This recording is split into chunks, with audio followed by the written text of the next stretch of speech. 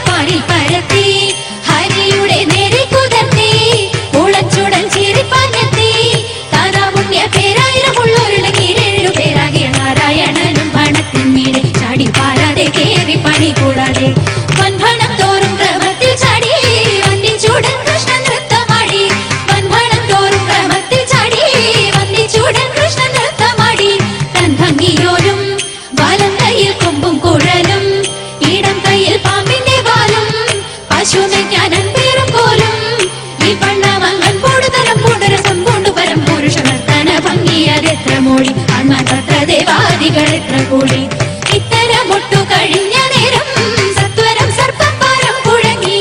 ഇത്തരമൊട്ടു കഴിഞ്ഞ നേരം സത്വരം സർപ്പപ്പാരം കുഴങ്ങി.